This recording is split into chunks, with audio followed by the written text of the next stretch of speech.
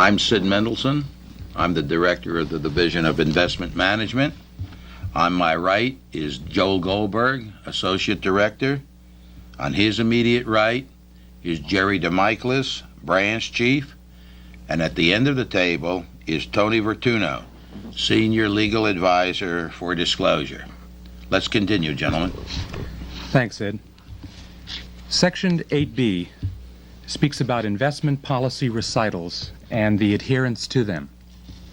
As Sid pointed out, Section 1B of the 40 Act articulates the grave concerns over the investment practices and abuses and states an intention to eliminate the conditions enumerated in Section 1 so that the public interest and the protection of investors can be served.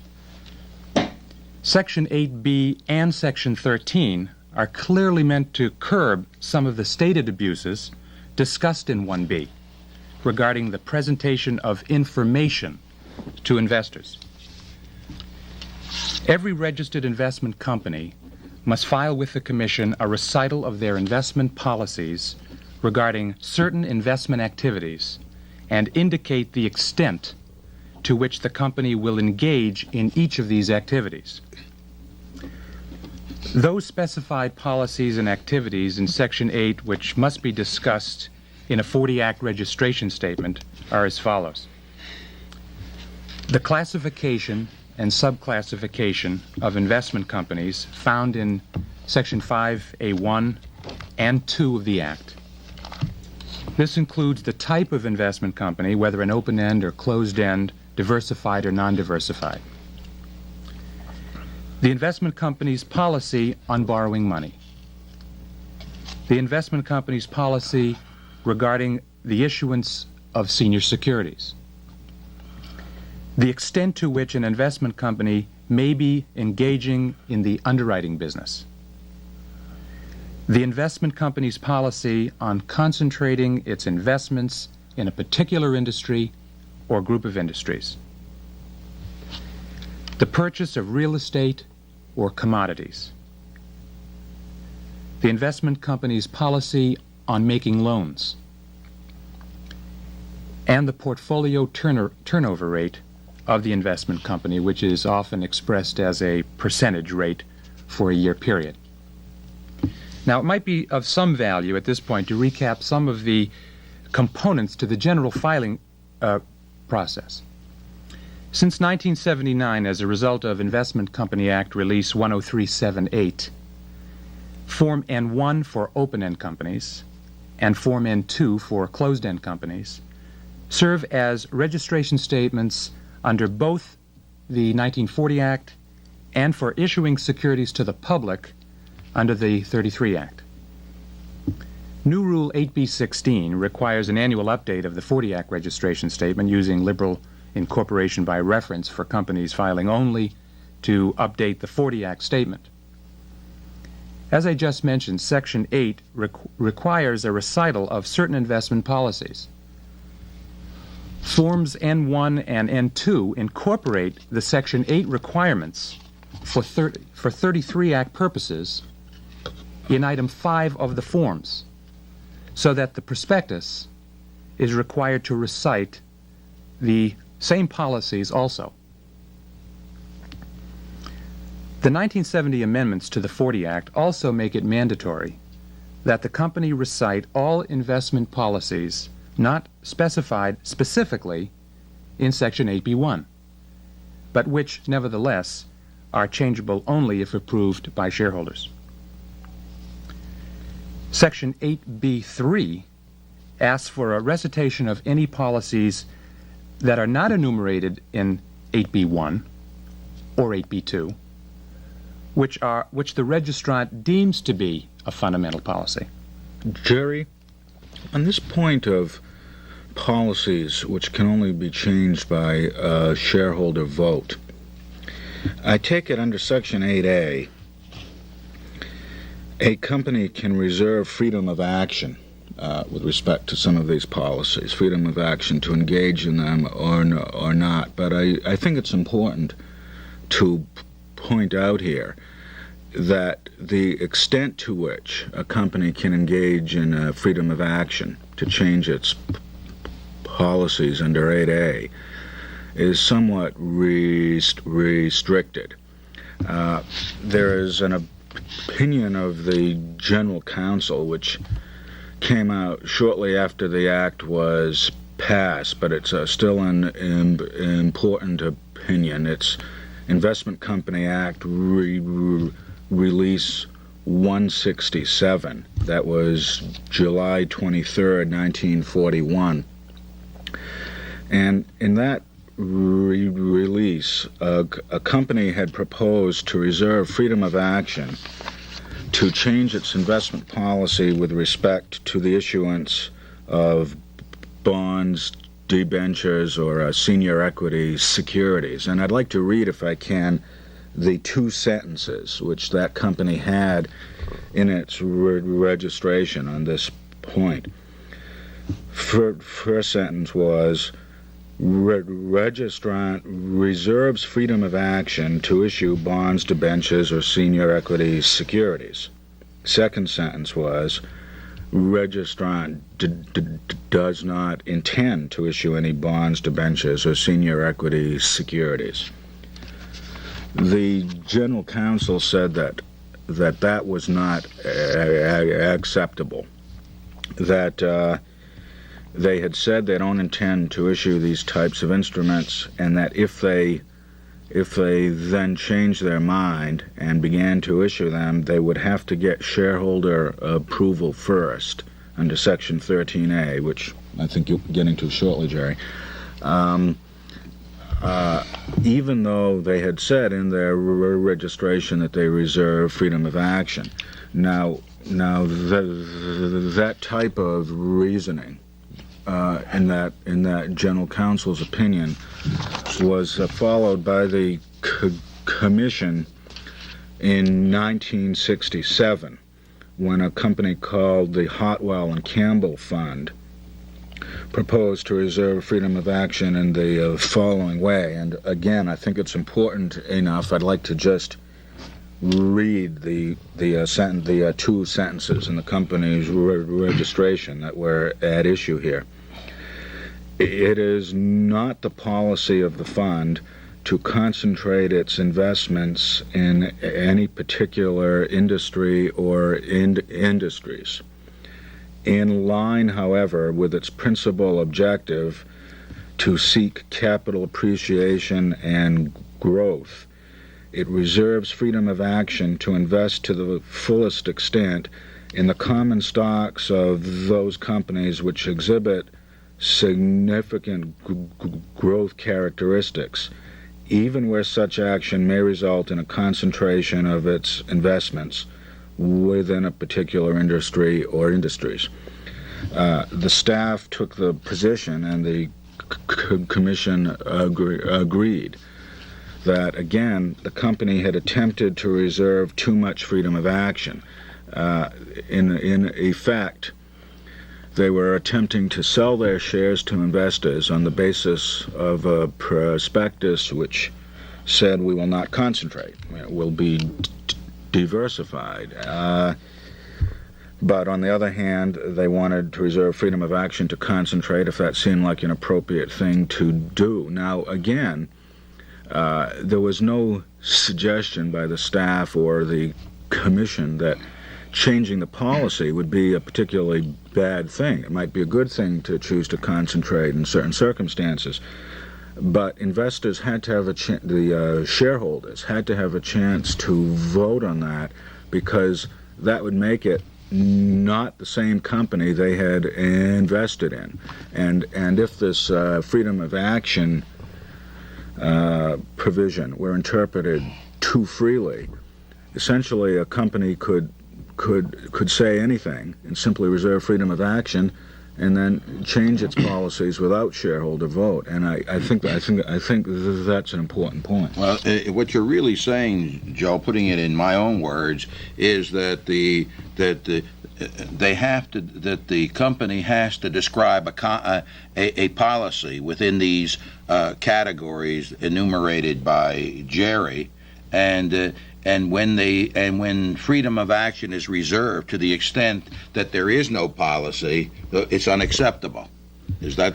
I'd say that's exactly right, Sid. Stating a present intention really is not of much use to shareholders if that intention can be changed overnight, I think. Well, it brings back the statement that I made previously, that these statements of policies are really a contractual relationship, in a loose contractual relationship with the prospective shareholders who are going in, and with the shareholders who are already in, that they can rely upon the policies to continue, that they know what they're investing in, and they feel that they will continue to invest unless they vote to the contrary. Yes, and in fact, I think that carrying through the analogy Sid makes to the investment company registration, the 1940 Act registration, as being almost a contract between the fund and the investors. It's like any other contract. It might be appropriate to change the terms of that contract. The parties might decide, in view of changed circumstances, they should change their contractual obligations to each other. But that can't be done unilaterally. That's got to be done by agreement of the parties, and a contract which gives one party the power to change key provisions without the consent of the other hardly is a contract at all. So I think it is an interesting analogy. So, Jerry, with respect to borrowing, would you say that freedom of action is properly exercised when the company says they will not borrow money, but they reserve the right to buy bonds or debentures that are being sold and freely traded in the securities markets? Well, under those particular circumstances, they could buy bonds and debentures as part of their general investment practices. Well, so that, what I'm getting at is that whether or not bonds or debentures are, I mean, when I said borrowing money, I meant lending money.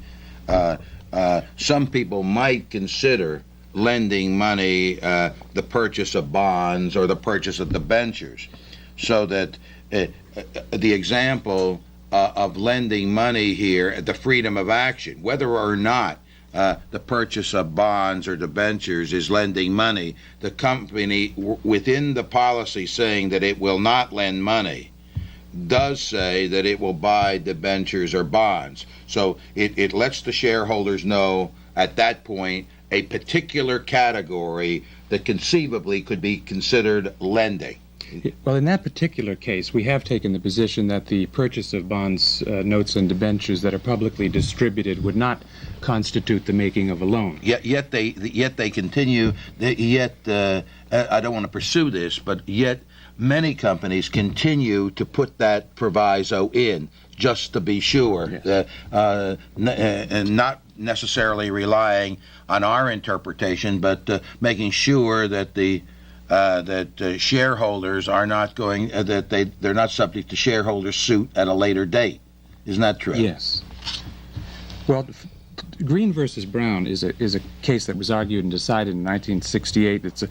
It gave rise to 8B3 in the 70 Act amendments. Tony, can you amplify that case for us a bit? Yes. The Green versus Brown was a shareholder suit involving Narragansett Capital Company, which performed an act which was contrary to its policy, and the policy, in this case, had been designated by the company as a policy which could not be changed without shareholder vote. So the shareholder sued, and it had to do with the policy of making loans.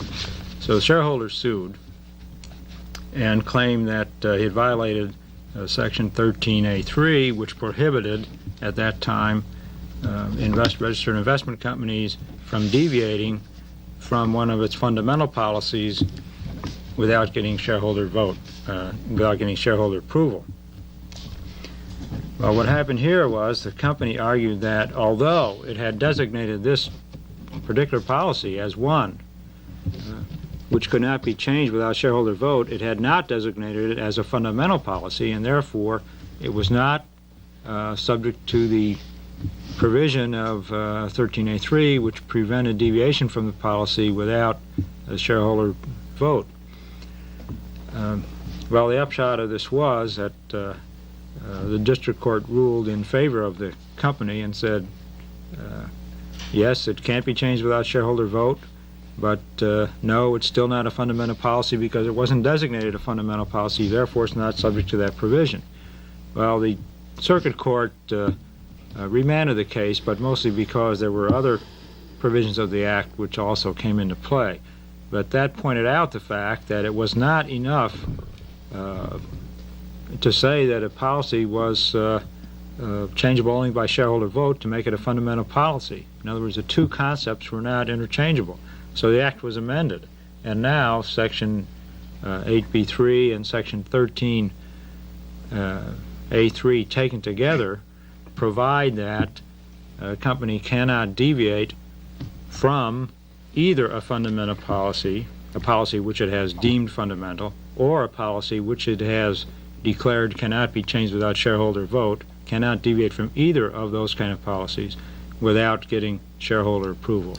The commission had argued in that case, amicus, that since a fundamental policy could not be changed without shareholder vote, and since the investment company had pointed to this policy and said that it could not be changed without shareholder vote, the commission argued that one was equal to the other, and that therefore any policy that couldn't be changed without shareholder vote was a fundamental policy per se, because that was the one ingredient necessary to make it a fundamental policy. The court, as you point out, criticized the forms that we were using, and wasn't quite willing to go as far as the commission wanted to go in their amicus brief, but it certainly gave rise to reasons why the statute should be amended, either to make it clear that any policy that couldn't be changed by shareholder vote is a fundamental policy, or, as the Congress did, put the two categories in: one, a fundamental policy that couldn't be changed by shareholder vote, and two, any policy that the investment company said couldn't be changed by shareholder vote, if it were changed, would be a violation of the Act. I might just add here that shareholder votes in this area, I think, accomplish two purposes. One, of course, is to preserve the integrity of what Sid has earlier characterized as the 40 Act contract. But I think an equally important purpose is that a shareholder vote makes sure that the shareholders get good disclosure of any change in these fundamental policies, or policies which can only be changed by shareholder vote. When they get the proxy, they can choose whether to remain in that fund or not. So the shareholder vote is a very important action. I think it's clear that Section 13 has to be read in conjunction with Section 8. Again, Section 8 requires the recital of the policies and the extent to which you're going to engage in them. It specifies a certain number of those policies and then says you can add some to those that are specified. Section 13 takes some of those specified Section 8 policies. It excludes, for example, portfolio turnover rate, but it takes some of those Section 8 policies and says, now, with respect to those and any you deem fundamental, in order to change them, you have to go to shareholders. Now, you have to get a vote of the outstanding voting securities, and that's defined in Section 2A42 of the 40 Act. Now, those policies which require a shareholder vote in Section 13 are changes in the classification and subclassification of investment companies. That requires a shareholder vote. except that a vote of shareholders isn't required in an initial 33 Act public offering where the fund securities are offered at a fixed price, and the registrant using Form N1 does not redeem its securities for a specified number of days after effectiveness of the registration statement, which can't be more than 90, or until a specified dollar amount of the registrant's securities has been sold, whichever occurs first.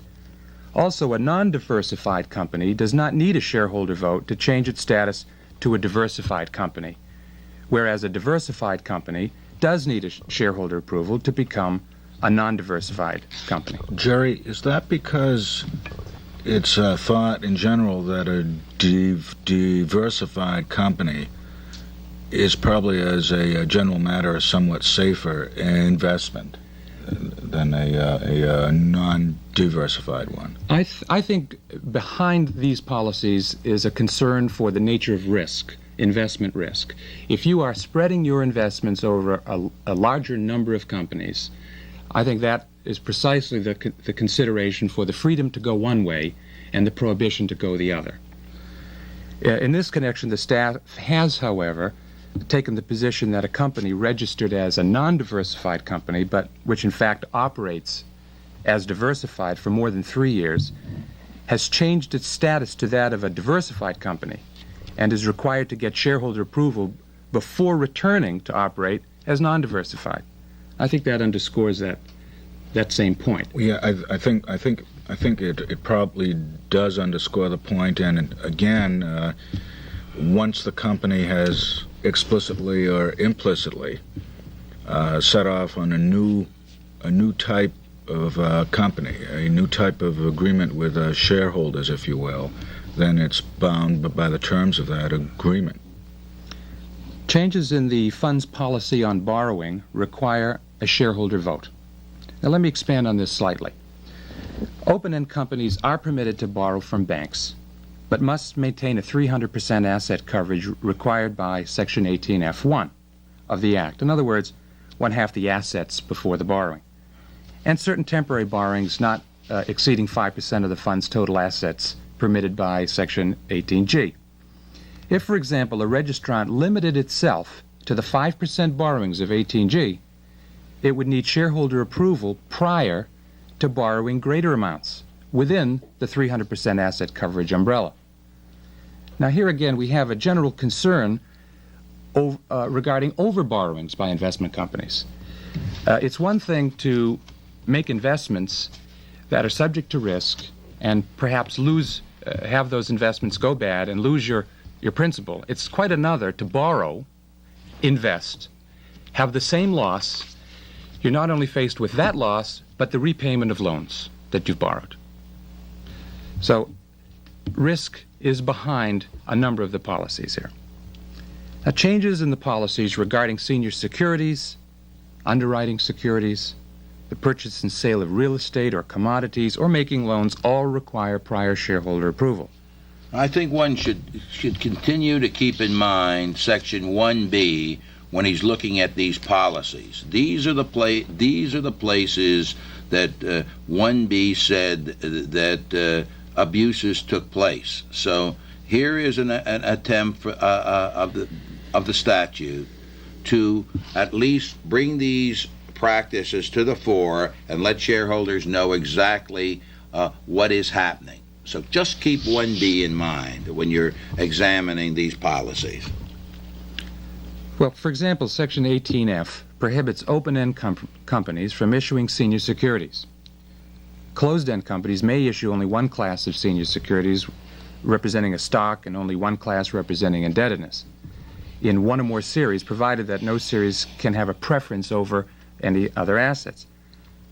Regarding making loans, as we mentioned earlier, the purchase of publicly distributed debt is not to be considered a part of making loans. But if a registrant states it intends to loan money or property to other persons, you ought to consider Section 21 and 17A3, which also speak about making loans. Most investment companies will not invest in real estate, but if they do, the liquidity of these and other illiquid assets ought not generally to exceed 10% of the fund's assets. Here again, we're back to risk. If there were to be a run on redemptions and the portfolio were to be illiquid or otherwise you couldn't raise cash to pay redemptions, that would pose a serious problem. Jerry, I think this is a point which could turn out to be of increasing importance. We're starting now, I think, to see a few more funds which, in order to hedge against inflation perhaps, are investing in certain types of commodity in investments, commodity futures and so forth. These commodities may not represent a large portion of the fund's portfolio, but the margin deposits might approach 5 or 10% of the fund's total investments. Of course, those margin deposits are illiquid as far as the fund is concerned, and I think it's a matter that we will be more concerned about as these types of filings continue. Joel, the Commission was concerned about this very point, and in Investment Company Act Release 5847, it articulated the problems and the remedies for valuing illiquid assets, including restricted securities.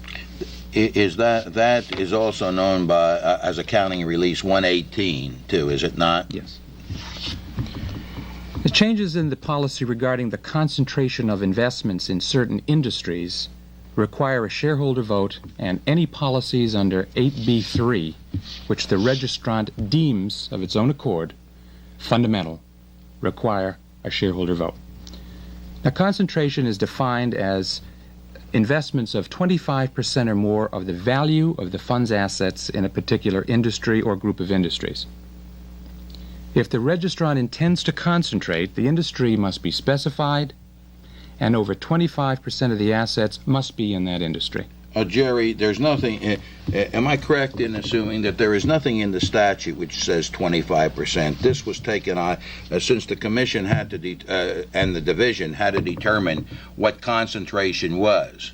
It used a 25% figure. Is that correct? So that anybody that's looking is not going to find that in the statute, but that is in the interpretations of the Division. Exactly, and it was codified not only in the guidelines to the preparation of S4 and 5, but more recently incorporated in Forms N1 and 2 as an instruction to Item 5. Which is and the N1 would be, even though a form is considered the same thing as a rule. So yes. That the Commission has used its powers here to define concentration.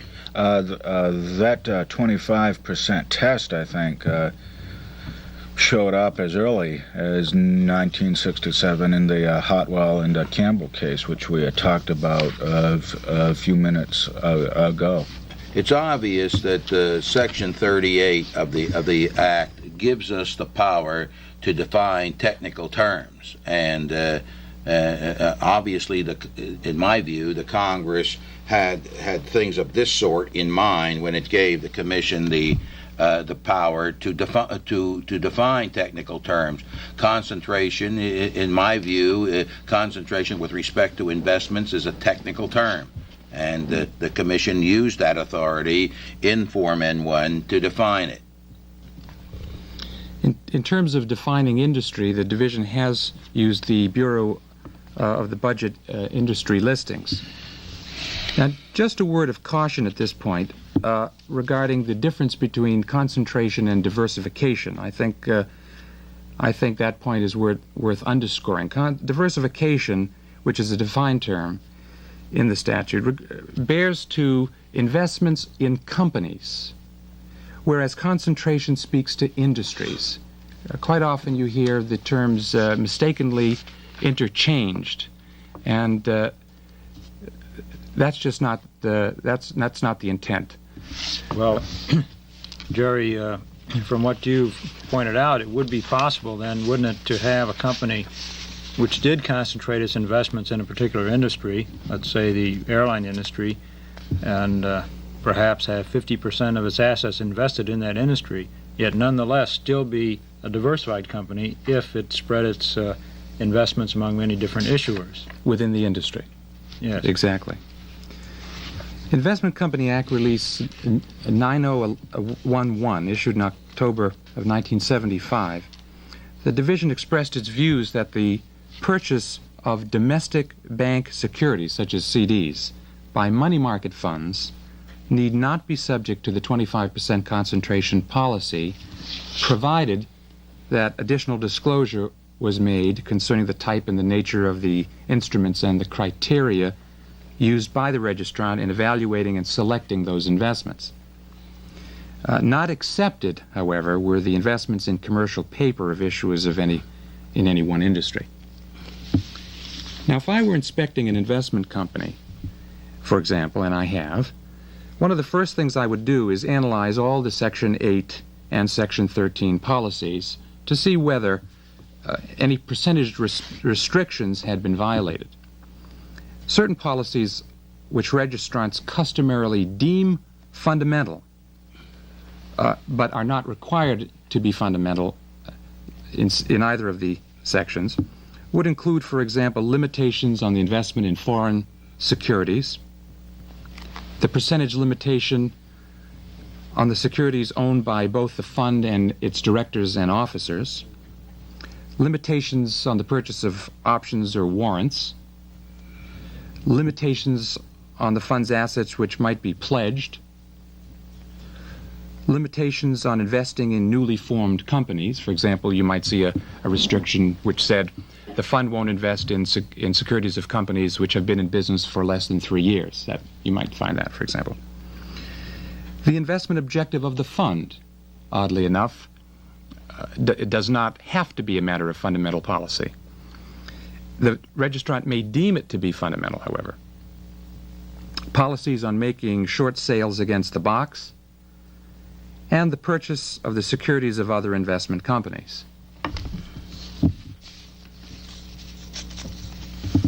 The division the directors of an investment company can decide to add a new fundamental policy by simply adding it to the N1 or 2, Item 5 responses, and to the prospectus.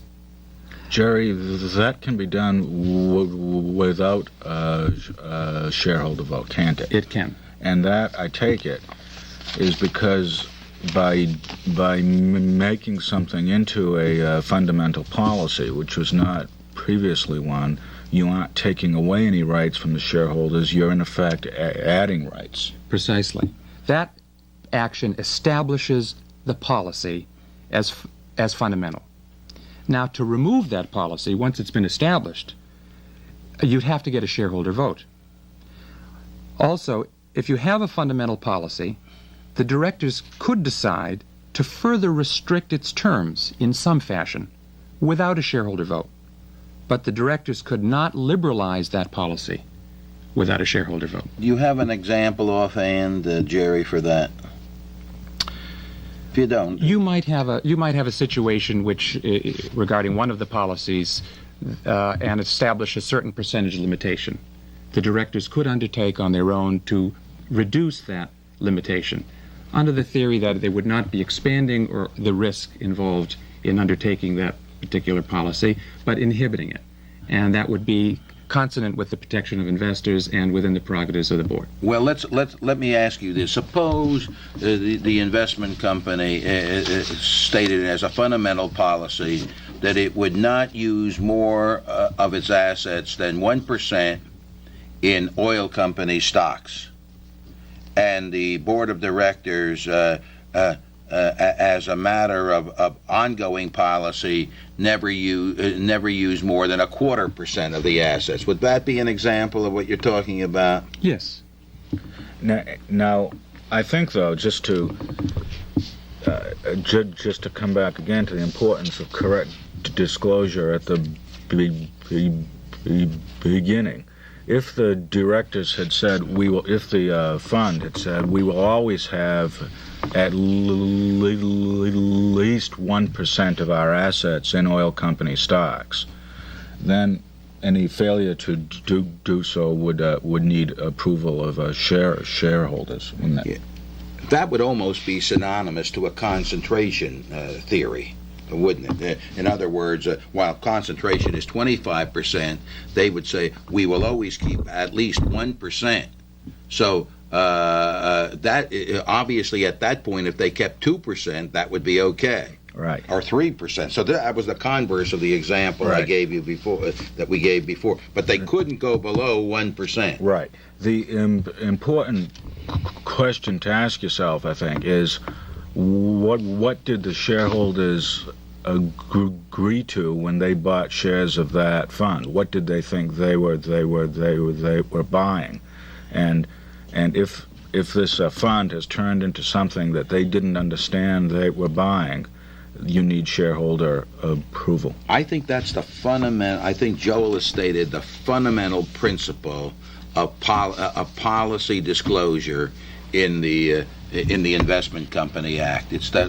It's unlike the 33 Act, where as I said before, if a policy was stated properly when it was stated in a 33 Act prospectus for an ordinary commercial company, and later circumstances change, and therefore the policy changes, the 33 Act has not been violated if the board and if the people who wrote the prospectus had no reason to believe that the policy was going to be changed.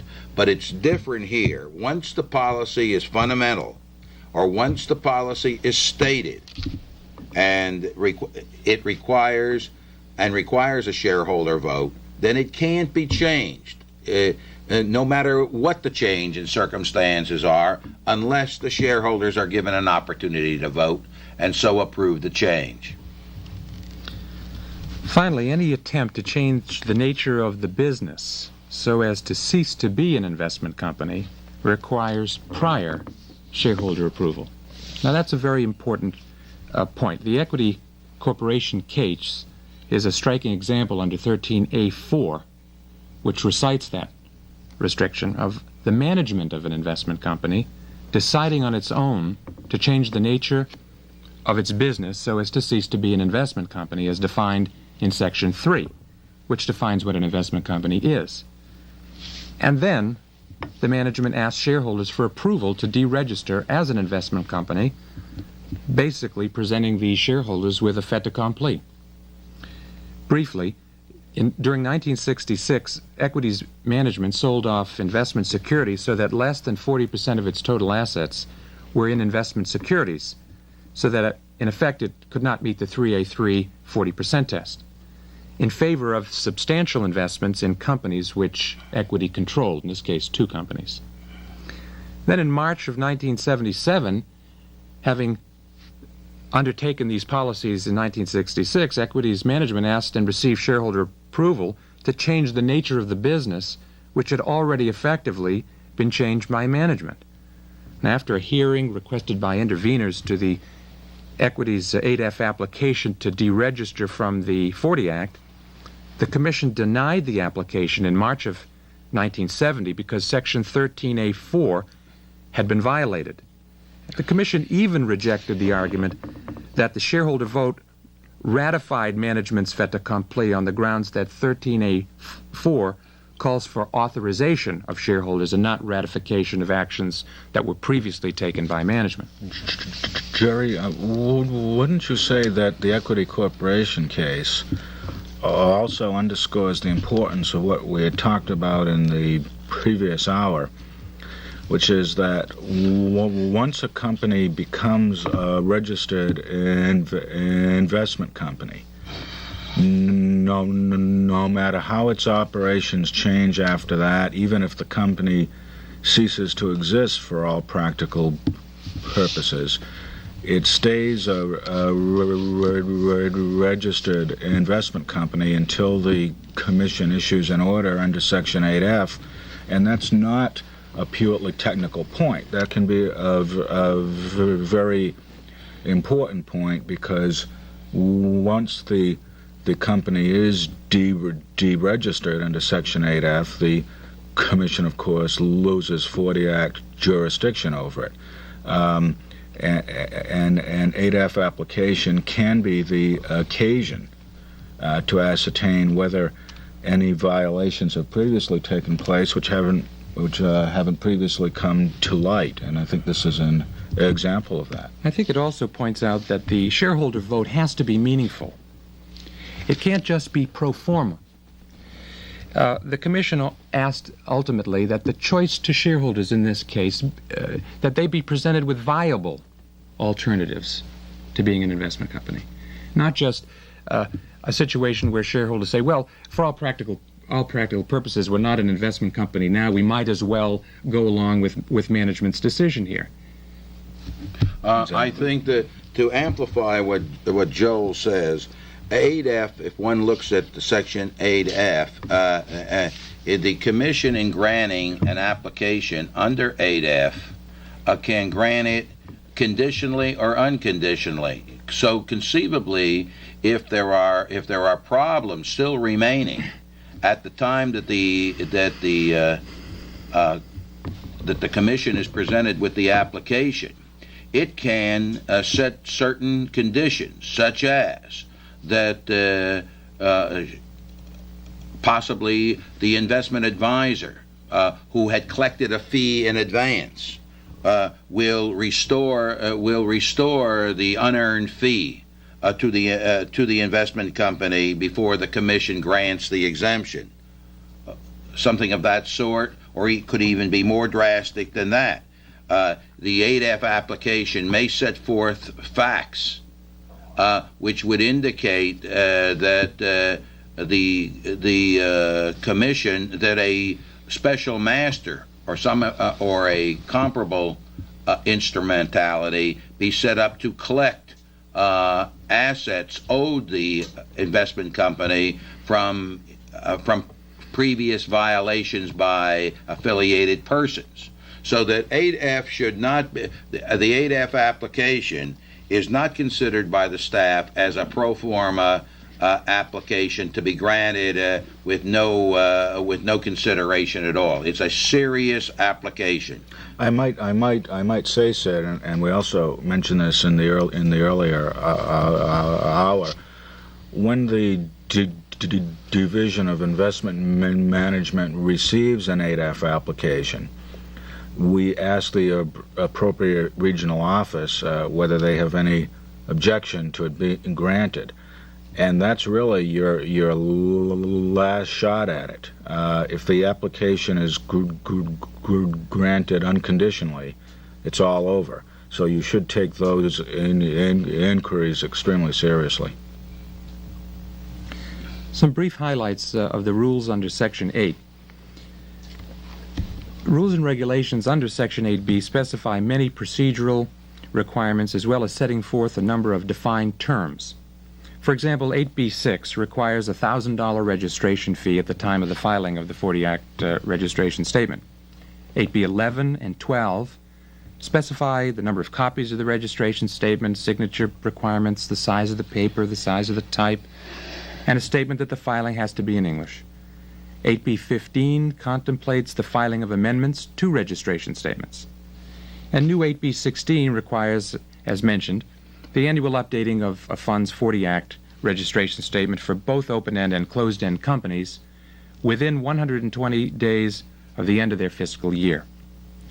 The main impact of this requirement is on closed-end companies, since prior to 1979, they didn't have to file an update to that 40 Act registration statement. And finally, Rule 8B25 permits a request to the Commission for extensions of time for any report for not more than 60 days after it should be filed, and is automatically granted unless within 10 days after it is received the Commission denies it. Gentlemen, do you have any more to add? Yes, I'd like to say that with respect to the last statement you made, Jerry, having to do with the updating of the closed-end registration statement, those who are making inspections and going back prior to the inauguration or the adoption by the Commission of N1 will find it extremely difficult to establish policies changes and general change of facts, because there was no prospectus filing, which automatically updated the open-end mutual fund filings. So the only way one can really determine whether changes are being made in a closed-end company prior to the adoption of N1 is by going back and looking at the proxy statements to determine what the propositions were, and then the reports indicating whether or not those propositions in the proxy statement were adopted. It's a somewhat laborious task, and it was for this reason, and this reason mainly, that N1 was changed with respect so that closed-end filings could be updated and the inspection process could be done much easier. Yeah, excuse me, could you amplify what action an examiner should take when he does find discrepancies with respect to practice versus disclosure, especially in terms of coordinating with the Home Office? Yes. Where the inspection process, the inspector on the job thinks he has found a deviation from the... let me state the question. The question was, what should the examiner do when he finds a deviation from the policy set forth in the registration statement or in the prospectus? And this is a very serious problem, and if the examiner does think he has a deviation, he should set it forth. He should set it forth in detail, set forth the facts that he found, discuss it with his supervisors, but he should make certain that the Division of Investment Management is informed of this deviation, so that at the same time that enforcement action may be considered, the Division of Investment Management will be aware that there is, one, a disclosure problem involved, possibly a contingent liability problem, and the communication process here is extremely important. One, to the person's supervisor, and two, reminding his supervisor that the division should be informed about it immediately. Sid, wouldn't you say too that where a fund has deviated from its policies, it's important to consider whether that suggests a problem which goes beyond mere disclosure. For example, if a fund has been borrowing money in contravention of its registration statement, one might ask why the fund had to borrow money. Perhaps it wasn't able to meet redemptions otherwise. Yes, we had that problem, of course, in the fund pack, where rather than sell off securities to meet redemption, the fund borrowed money. I think that the deviation of from investment policies may even trigger an inquiry as to whether or not the internal controls of the company are falling apart, whether or not the investment company management really knows what's going on. Our experience has been, in many instances, that a deviation from the policy was not even, that the management of the company wasn't even aware that the company was deviating from its investment policies. Sid, I think that's an extremely important point. If you find a deviation from policy and you're satisfied that it was a perfectly innocent mistake, there was no intent to defraud anybody. It wasn't an attempt to cover up any other problems. That shouldn't be the end of the inquiry, because if that mistake can take place, perhaps other mistakes are also taking place. I think that's a point well taken, very well taken. We had a situation, which we'll discuss later on in the program, in which all kinds of policies were being violated.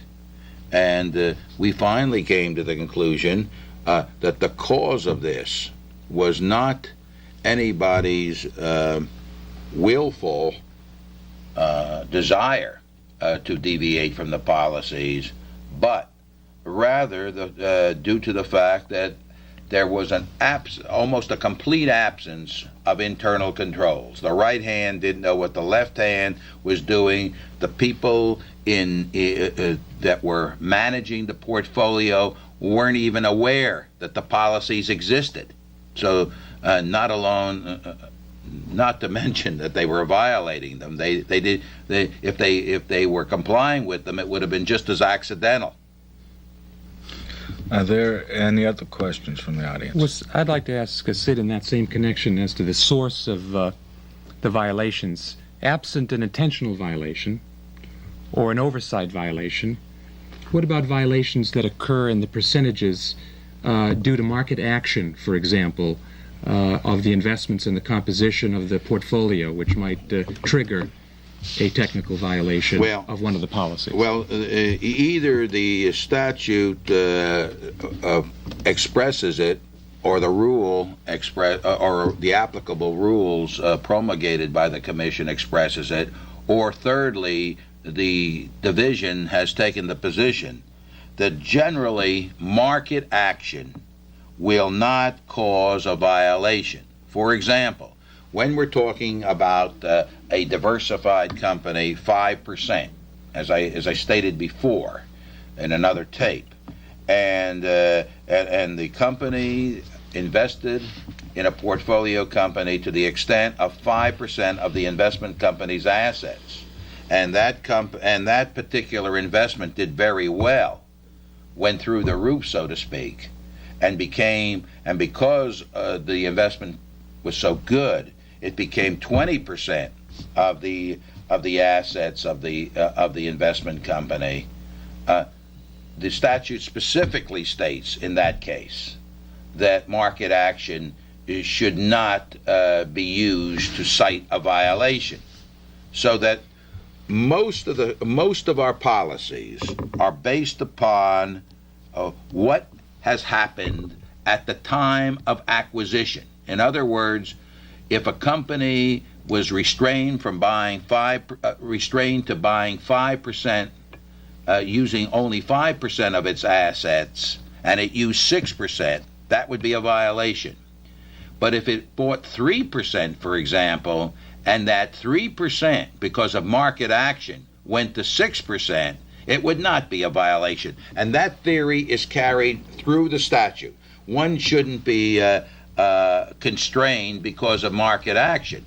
But let me state this word of caution. If a company, for example, with respect to diversification, buys 3%, and that 3% goes to 6%, it does not have a reserve of 2% to buy additional shares. Once at the time of acquisition, if the company cannot go in excess, in this particular example, in excess of 5%. So in my example, market action pushed it to 6%. The company would not be allowed to buy any more securities of that portfolio investment. Yeah, Yes, sir. could you mention briefly the historical insight provided by the N1R as to possible percentage violations, with respect to the examiner? The fact that he might want to look at it before he goes on inspection. Well, not only the question was, should the examiner look at N1R before he goes on an inspection, so that he gets somewhat of an historical background. And I would say not only should he look at N1R, but he should look at all of the current filings and the filings at least 3 years back to determine exactly what the problems are. He should look at the Commission's correspondence files. Particularly, he should look at any letters of comment that pose problems, and he should just be generally familiar with this company. I don't think that anybody should go on an inspection of an investment company who has not looked at the filings previous to his visitation to the funds. Sid, wouldn't you say that although obviously he should look at all the available information, that another item of particular importance would be whether any applications are pending under the 40 Act at that time. If it happens there are, it can be an opportunity not only to verify the accuracy of the representations, but also to see whether perhaps the company is already engaging in the action which it's asking for an application for. That's a very good suggestion, Joe. It seems to me that communication here is the important thing. The inspectors should be armed with all of the information that's available, that's reasonably available, and before they go out on an inspection, if a phone call is made to our Office of Compliance, they can make sure they can check around and find out whether the division has any particular problems with respect to, say, investment policies or any other problem that they might have, and this would give the inspectors a focal point during the inspection. Are there any other questions, gentlemen? Any other? All right. Thank you very much.